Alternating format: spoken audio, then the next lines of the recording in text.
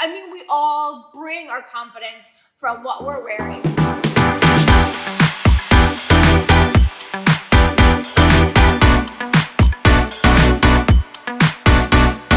Hello, my name is Victoria, and this is Fashion Academy at VS.Lifestyles, where we talk about everything luxury.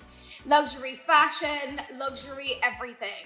Since I've been a small kid, I've loved luxury. I remember the first time sitting in the plaza having a cup of coffee with my mother, and it just felt like princesses lived there. I loved the books Eloise. I loved fancy paper. I loved pink. We didn't have much, but I just loved luxury. And later on in life, I loved history. And so I really loved the history of the Roman Empire and all of the things that came with it. I thought it was really, really interesting what they did back then. And it all goes up to the present point from there until here. Luxury in general. If you do love collector bags and the rest, did you ever wonder where the word luxury came from, or where luxury belongings came from, or how we got to it today? So I'm going to take you through the whole lot over the history of luxury, then into how luxury lost its luster, and what's the plan for luxury in the future. What brands are going to make it, what brands aren't going to make it. So stick with me when we go through the whole Fashion Academy series. So really, if you're going to talk about luxury, you're going to have to talk about the word luxury and where it came from. Well, it actually was the word luxuria, which was created by the Latins. And it really meant an excess of something.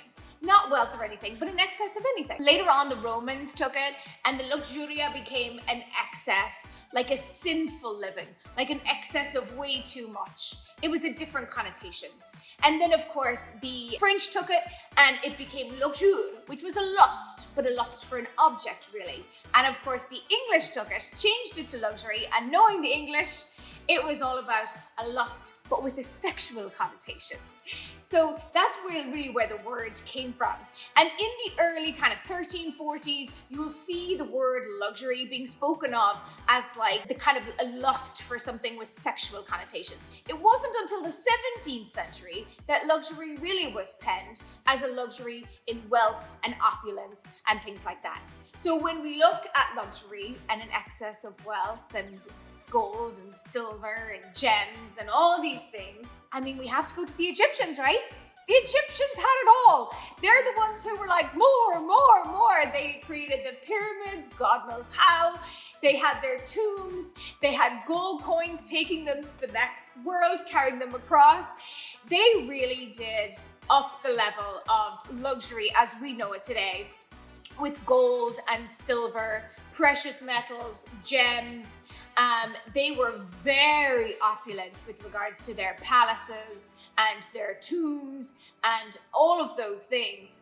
And really it was really reserved for priests and gods, pharaohs, priest families. It was really reserved for the top tier people who they felt were closest to God, and really not for the lay people at all. And so it wasn't until, we'll say, the 15th century where we look at the Roman Empire. Now, we all know the Roman Empire as art was huge and fashion became huge and their palaces were enormous.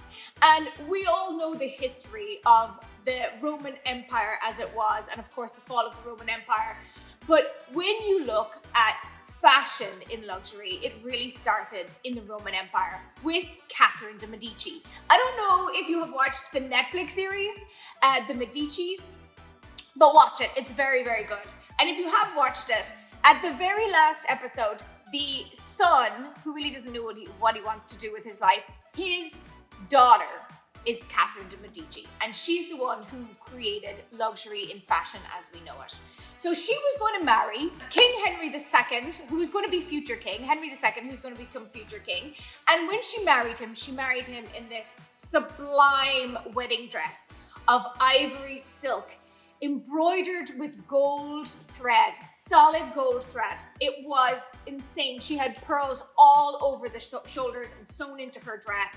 It really was incredible. They said that she was not a very good looking woman, or a girl at the time, not a very good looking girl, but she said that her fashion really elevated her looks and her style, which is what we all do, right? I mean, we all bring our confidence from what we're wearing, and she did the same.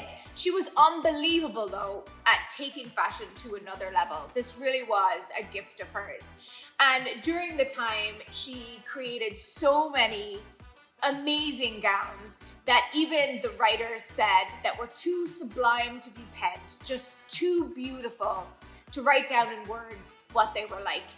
And all the men wore pantaloons and the women didn't wear underwear at all. It was actually Catherine de Medici who created underwear for women. The pantaloons, shorter, but in a ivory silk embroidered with flowers. They were so comfortable because she loved riding horses too. I mean, I get it, right?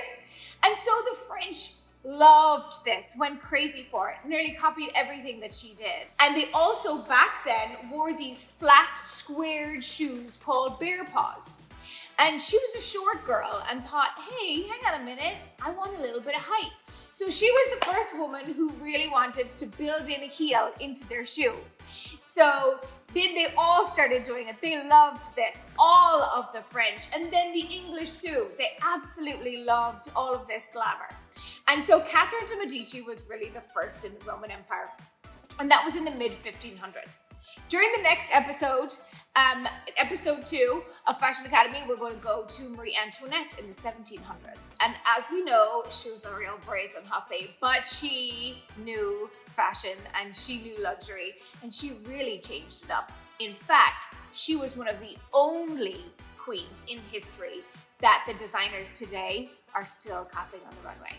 For more luxury items, you can go to VS.Lifestyles.com. You can follow us on Instagram at VS.Lifestyles, and you can tune in on YouTube here for more of fashion luxury. I'm Victoria. I'll see you in part 2.